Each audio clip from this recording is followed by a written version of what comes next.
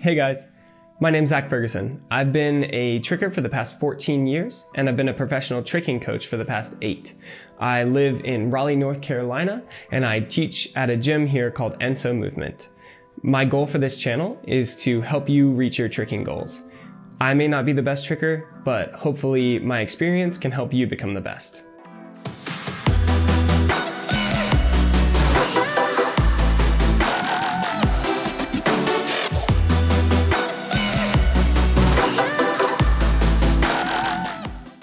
This is a tutorial for a slant gainer or a cheat gainer, and it was requested by Walid Banuzai. I hope I'm saying that right, bro. This is considered a beginner trick for a lot of trickers, but it's kind of hard to get over the fear hurdle at the beginning.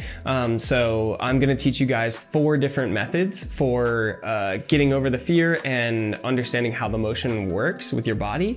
It depends on your background. I personally came from just grass, backyard. I didn't have a background, so I kind of learned it the 4th method, sort of, but I most prefer the first method, so that's why I'm gonna do that first. So the first thing I want to go over is the fact that this is a swing and not so much of a jump. You do jump on this, but if you try to jump too much and you don't swing, it's going to be really, really hard for you to rotate over your head, and it's going to be a frustrating trick for you. So I want to go over the setups first. Today we're going to be using a J-step. A lot of people think this is this big, long thing, but a J-step is really just taking a stance out to the side, jumping forward, turning 90 degrees so you're perpendicular to where you took off, and swinging. From that swing, you can do corks, gainers, whatever you want, but the J-step is just the jumping forward, turning 90, swinging. That is a J-step. So the J-step is what we're working on today, but I wanted to show you a couple different setups that you could use. If you already know these setups, you don't have to do a J-step style. The first one is Euro step. So what this is you do a J-step, but you keep your left leg in front if you twist to your left, and you hop forward onto that left leg instead of switching legs, but you still go forward and turn 90 and then you swing. It's basically the same thing, but you'll see a lot of people do it. I personally like it because it sets you up for swing chains and gets you used to hopping on the same leg over and over again. But for slant gainer, I feel like J-step is actually a lot easier because it already helps you turn sideways. A pivot step is kind of something that a lot of newer trickers like to do because it makes them feel like they're flipping backwards. For slant gainer, I would say it's not that optimal just because you have a lot of backwards momentum and you can like be driven into the ground really easily, but it looks like this. What you do is you hop forward, or you really kind of just take a step and you pivot on the ball of your foot, plant again, and then you swing. So this is, you can hop into it or you can just keep your foot on the ground, but it's really just a turn and a swing. And the last one I'm gonna go over is the spin setup. This is a very old school setup, but the reason I wanted to highlight it is because it can help you learn how to swing out of B-twist and cork and any other twisting move. It's almost like a vertical rise, so it can help you learn how to take the slant gainer once you have it and put it into other tricks. So that's why I wanted to show you this spin setup. What you do for the spin setup is you take a step forward, or you can even start sideways a little bit, but you step and then you take your left leg, if you twist to the left, and fling it around behind you and kind of tuck it, and you turn so that your momentum is either sideways or backwards when you land in the eagle position, and then you swing into whatever flip you were gonna do. All right, let's jump into method number 1.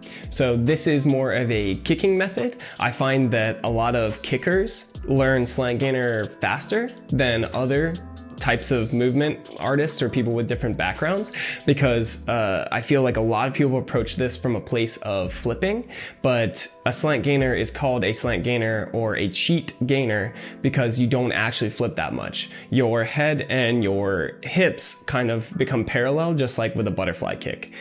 So you are kind of swinging into a butterfly kick, which is how I learned it, but I wouldn't recommend that because you kind of like swing and then you open your body and it's a little like strange to get down. So for this method, what we're gonna do is we're gonna take a round kick and a hook kick, and we're going to swing hook and learn how to use that motion to flip ourselves more and get our hips a little more high so that we can turn it into a slant gainer. So the first thing you need to understand about this method is where your target is. What you're gonna do is pick a target. I'm using a tree branch just because that's something almost everyone has access to. You can use the air, you can visualize something, you can look at whatever you want. But what I'm doing here is using this tree that's in my yard and open space. So that's all you're gonna need for this. You can use whatever you'd like. I'm gonna be teaching this tutorial to my left side because that's the way I personally twist. But for right side trickers, all you have to do is mirror everything that I'm doing. If you have any specific questions, please leave them in the comments down below and I'll get to them as soon as I can, so that way I can help you guys out personally. So once you have your target, you're gonna stand kind of neutral in front of it, and then you're gonna take your right leg and you're gonna put it back. From there, you're gonna wanna start swinging your arms and your leg at the same time and kind of get used to this open big circle motion. This is going to help you understand the motion that your body's going to be moving in. At first, what we're going to do is we're going to do a round kick and hook kick at our target. They don't have to be the best. I'm not even really trying that much on these kicks, but my kicks are trash anyway, so feel free to judge me. Anyway, what you're going to do is you're going to do your round kick. I'm doing it with my right leg so that my body is turning to my left, and then I am turning and looking over my shoulder and then hook kicking with my left leg, okay? Practice this a few times, get used to it. What you wanna do is have a target that's about chest or head level, depending on your flexibility, because it's going to help you lift your hips later on. If you start with a low target, then it's gonna be really hard to understand how to invert on this setup. Once you've done your round and your hook for a while and you're used to that motion, what you want to do is you want to swing and try to lean a little bit into the kick, and then you want to jump and knee up with it. So look at your target and swing your leg and lean into it, but don't lean forward, don't lean backwards, kind of lean to the side a little bit. So I like to lean to my left because when I swing my right leg around, it pulls me over that direction and allows me to stand up a lot easier. If you swing forward, you're just gonna go at your target. Because we're swinging our leg forward naturally and our knees coming up, our body wants to jump forward with us. So make sure you lean to your left when you're doing this kick. So we're gonna swing, and then you're going to kind of just knee up at your target, keep your eye on your target, and then turn your body around back to your target. One of the key things to do with this is to make sure that you're using your arms at the same time. So your arms and your right leg swing simultaneously, and this will get you height. So when you swing like that, you want to knee up at your target and then turn around and spot your target. You don't necessarily want to focus on twisting. If you try to twist really hard, you'll probably just twist yourself and fall down. Once you get comfortable with this motion, what you want to do is start to extend your legs a little bit more and treat it kind of like almost like a baseball bat swing. You're doing your round kick, but you don't want to make it like a chamber and a kick. You want it to be turning your hips to the side. So you're going to swing your arms and lean to your left even more and let your leg kind of hit the tree or the target, or just extend more with it. After you get used to doing that a bit, what you want to do is start targeting for that hook kick.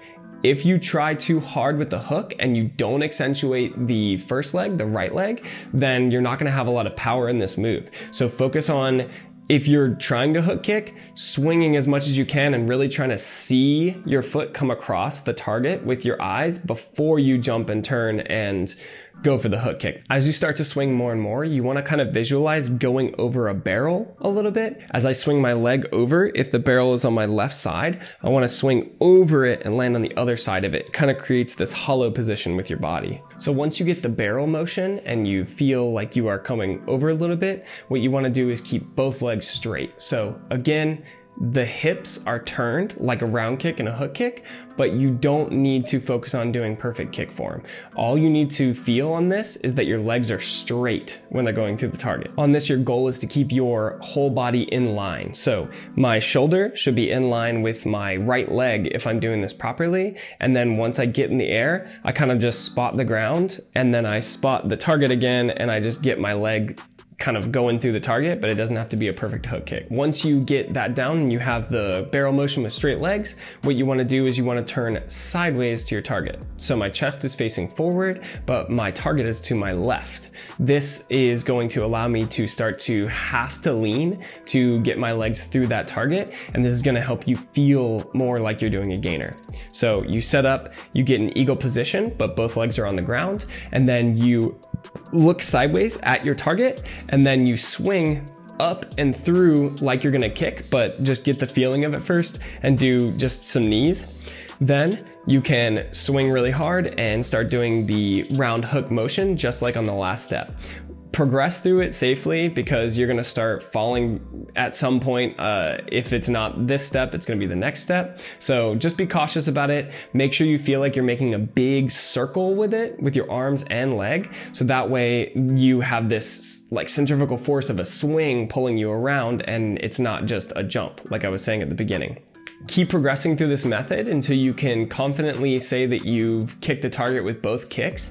The reason I say that is because then you know that you've gotten the height and the length enough to do it. If you're using just the air or something, then what you need to focus on is spotting something and keeping your body in line with that, kind of almost leaning backwards as you are kicking, and then again, spot the ground and spot your target again, so that way you know you have gotten both legs to the target, and then you've inverted enough to then move on to the next step. On this one specifically, what you want to start doing is leaning backwards more, because if we lean sideways now to our left like we were at the beginning, you're going to go towards your target. So now you're going to lean, again, it's always sideways to the target, but now it's leaning backwards when you go for the round and the hook. So swing, lean backwards, round kick and hook kick go through the target, but all your momentum is going backwards. You should land facing the direction you started. Once you get that down, it's time to add the J step. So what you're gonna do is you're going to start with your back against the target. You're actually, what I like to do is just put my head against whatever it is and then like move out an inch or two. So that way I know that I'm directly behind it. Because if you step out too far, then what's gonna happen is you're gonna miss the target no matter what. If you're not trying to kick it, it's not that big a deal, but I just wanted to note that you wanna be relatively close to your target unless you just don't have a target or you're visualizing something. Once you have your back against the target, what you're gonna do is you're gonna take your right leg and put it kind of out to the side. Your back is to the target and you're gonna be like almost slightly leaning forward as if you're gonna go for a scoot or something.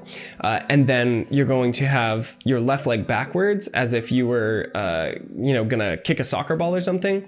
You're gonna jump forward and then turn 90 and swing at the 90-degree angle. You wanna initiate swinging sideways to your target, so that way you have momentum going backwards, and then you turn your hips through the target and do the round kick and hook kick motion like before. Again, if you need to reset on this step and do just swing knee up again, that's totally fine. This is just you doing it, so you can take it as slow as you need to. Baby steps are the key. You don't want to just yeet yourself because you might hurt yourself, especially right now. I don't know when you're watching this, but I'm in quarantine, so I don't want to injure myself and have to go to a hospital and then, get sick from that. So on this, it's important to jump forward relatively hard, but you want to make sure that in the air you square your hips so that you are turned 90 degrees exactly to your target. Then when you swing, it'll be easy to go backwards, and then you'll be able to get more height when you swing through the target. As you get more and more comfortable, the key is to swing up again and get both of those legs through the target, but make sure your body is in line. If you're doing this well, then you're probably already doing a slant gainer without realizing it.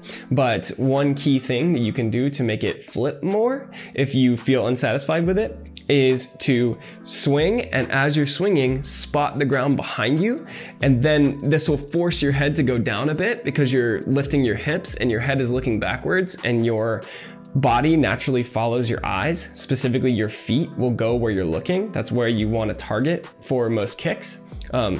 Actually, all kicks. But anyway, you're gonna lean back and then you're gonna swing that leg and go through the target with your kicks like normal, but don't look at the target. Look at the ground, and this is gonna make you invert more and hopefully get you your slant gainer at that point. Once you feel like you've done that step enough and you're pretty confident with it, what you want to do is just ditch the target altogether, move out into an open space where you have room, and then do the J-step, do the gainer, and spot the ground behind you, so that way you've done that flip. If you are always trying to spot a target, then if you don't have a target, you might mess this up. And we're not doing gainer hook right now, we're just trying to do slant gainer, so you want to accentuate the swinging leg, not the hooking leg. So now put all your power into the swing, do your J-step hard, look backwards, swing hard, and there's no way you don't have a slant gainer by now. Okay, so the next method is for those of you who are the laziest. Yeah, I said it. This is gonna be Frisbee style. So if you come from free running and you already have a Frisbee, or you guys have a butterfly kick, or you guys have an aerial, you can use this to get your slant gainer. So what a Frisbee is basically a tucked aerial or a tucked butterfly kick. Everyone debates it, and I work at a gym and it's free runners and trickers, so like you just do one of those two tricks and you tuck. It's really that easy. To progress into this, what you want to do is you want to start with a lunge on your right side and then have your left leg like stuck out and stiff, and then you're going to kind of push with your right leg and turn your body so that you are kind of leaning your head towards the ground, and then you literally just lift your knees one at a time and hop. Over time, as you get used to this, you want to go kind of in a fluid motion and do that. Swing your head, jump that knee, tuck, and then land and pull your head back up. If you don't pull your head back up, what's gonna happen is you're gonna stay in a ball and you're gonna roll. So if that's happening to you, it's because you need to stand up more at the end of your trick. You should be landing on your right leg and putting your left leg behind you at the end for stability. If you want to take it in baby steps, what you need to do is you need to progress through that motion like you did before, and then start lifting that knee higher and higher. The more you can think about this as, again, like the last step, jumping over a barrel, the easier this is going to be for you. Where I'm spotting the whole time is the ground. I'm dipping my head down, and then I'm looking at the ground the whole time, and I just think about lifting my right leg over and keeping it relatively tucked the whole time, and then I just pull my left leg up while I jump. The key to the Frisbee is not going slow. So if you just flow through this motion and you tuck, you're probably doing a Frisbee. If you're falling down or you're finding that this is a really hard move, then you're just not being lazy enough. It really is just kind of just be lazy and fling your head to the side and tuck. Once you have your Frisbee, or you already have your Frisbee, what you're gonna do is you're gonna go back to that J-step, so practice the J-step a little bit, and then you're going to swing. So you're jumping forward, you turn to the left, and then you swing your leg, and when you swing your leg, just keep it a tuck at first. So just get used to swinging that leg and hopping and turning around, just like the last one we did. Then once you get used to swinging and turning around like the last method, what you're gonna do is look backwards at the ground, just like with your Frisbee, kind of lean into it. To start off, what I'd recommend is just standing, how we did on the target for the first one. You're gonna stand there with your right leg backwards in a pseudo eagle position, because eagle position, your leg should be off the ground. But what you're doing on this is you're keeping that right leg backwards, you're kind of leaning and looking at the ground just like you were for the Frisbee, and you're gonna do a tucked kind of Frisbee around. Again, this should be a big circular motion, and you should use your arms and your right leg together to kind of just hop around and tuck, and then you just hop and pull that left leg up, and you're doing like a swing Frisbee. As you get used to this, what you want to do is just do it harder and harder, and take that knee and make it more of a high angle. So if I'm swinging about waist level on my first one, I want to start making it chest level or head level. The higher you pick that knee up, the higher you're going to rotate, and the more it's going to look like a gainer. Once you get used to this and you're starting to get some height and you're really like throwing what feels like a gainer, what you want to do now is do your J-step. So you're going to jump forward, turn sideways, swing, and do that same method. If you do this, you can even hold on to your right leg as long as you're swinging enough, and it'll kind of pull your body around with it so that you can land on the right leg and you've been tucked the whole time, so it'll look like a slant gainer. This method is the kind of method you'll see free runners do a lot, because it makes this big kind of like tucked up motion, and it kind of looks like, what are you doing in the air? You're like swinging, and then you're just up in a ball, and then you're out of it. So if that's the way you want yours to look, this might be the method for you. Either way, if you do your J-step and you swing really hard and then you tuck that knee while you're spotting the ground like you're doing a Frisbee, then you got a slant gainer. Remember, you're gonna know that it's a slant gainer when your hips and your head are parallel with the ground, or parallel with each other and your body is parallel with the ground. And that's really it for the second method, the lazy method or the Frisbee method.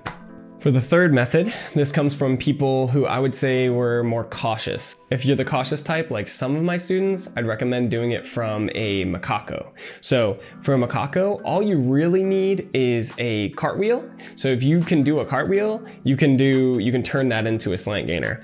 I will do a Macacao tutorial, and it might be linked in the card if I already have it done, or it'll be in the description once it's done. But what you're gonna do is you're going to start in a crab position, just like you were going to do like a crab walk or something in school, but you're going to look behind you at the ground. It's really important that you keep your eyes on the ground, because then your body will feel safe and you'll know where you're going. And you kind of rock back and forth, and then you reach with your right arm and you do once you're able to do the crab position to cartwheel, it's time to move on to standing a bit more. So what you want to do is you want to stand up and then squat down, reach backwards, and as you're falling, use that momentum to jump and cartwheel harder. It should be one fluid motion, and it should be relatively easy if you got it down. If it feels clunky or you're twisting too much, then that means you're not reaching backwards enough or looking backwards early enough in the Macacao. You should be squatting and touching with your left hand, and then reaching with your right hand, jumping off both legs and landing on your right foot. Once you have the momentum method where you're just reaching down and going, what you want to do now is you want to swing into it. So this is going to feel kind of like a back handspring. What you're going to do is look over your shoulder, keep your eyes on the ground the entire time. That's really important. And then you're going to sit, swing, and jump as you reach backwards. Your eyes should be on the same point no matter what you're doing. So you're sitting, looking, you're swinging, looking, your hands are touching the ground, you're looking always at the same place so that you don't freak out. If you've got that down, all you have to do now is start in that eagle stance and start to look backwards and swing into your Macacao. If you swing and it hurts your wrists, then get over it. No, I'm just kidding. If that's happening, what you need to do is swing harder. That means that you're trying to jump too much and rely on the arm swing, and your body is going up and then it's going down and coming straight into the ground and jamming up your wrists. So make sure you lean a lot and you swing really, really hard so that when you touch the ground, that it's just kind of like light on your hands and it's not really like pushing your wrists at all. If you do a back handspring properly, you shouldn't really push the ground that hard. Your hands should be a rotating point for your legs and the rest of your body to go around. So this happens on this move by you swinging really, really hard. And once you've got that down, all you have to do is start to try not to touch the ground for as long as possible, and you'll start to feel the float and you'll feel how you're starting to do a gainer. And then you can even reach just with one hand if that helps you out. Sometimes that can make you twist too much, so be careful of that. Make sure you're still reaching backwards. But either method you use, you just want to start not using your hands more and more until you can do your gainer. Remember that you're still making a big circle when you're doing this, but you want to reach with your arms really hard and open your chest so that you flip a bit more than as if you were doing the Frisbee method. If you swing really, really hard, you keep your hands off the ground and you're spotting the ground the whole time and you land, then you've done your slant gainer. All right, so for the fourth and final method, it's just a backflip. If you can already backflip, then you can turn your backflip into a slant gainer. The only thing that I would say that's not good about this is that once you actually get it and you can swing to backflip, it's going to be really hard for you to turn it sideways eventually. This is sort of how I got it eventually, because I tried to do the swing B kick like I was saying, and I just couldn't understand it. So I actually learned a gainer flash before I learned a slant gainer. So it can happen. A lot of trickers are like, what are you talking about? But a lot of trickers also come from a martial arts background, so they just understand the kick method really easy. You're gonna wanna start by just doing a backflip, and then your goal is to, one, either have a really good tuck or be able to have almost no tuck. I know it kind of seems like there's only one or the other, but there's a million different ways to backflip. If you're doing the tuck method, what you want to do is you want to do your J-step, I would say that doing it from the standing method is actually more dangerous on this one. So I would definitely start with the J-step. So just get that J-step down, or get whatever setup you're gonna use down, and make sure that you can swing really hard and you have a lot of backwards momentum out of that. Once you have a strong J-step, you're literally just gonna swing and spot a target with almost like a knee of your swing, and then you're just gonna tuck for your backflip. If you're spotting something just like you would on a normal backflip, then it's not gonna be too scary, but it is definitely gonna be disorienting. The key thing that I want you to focus on is pulling your left leg up. So you're swinging really, really hard with your right, but your left leg is naturally gonna be like drooping, so you're gonna have to pull with that side really, really hard, or else you're not gonna flip. The one good thing about that is when you get more comfortable with this, a slant gainer is more towards that side. So if you do it correctly, that side can just droop and that'll turn into a slant gainer.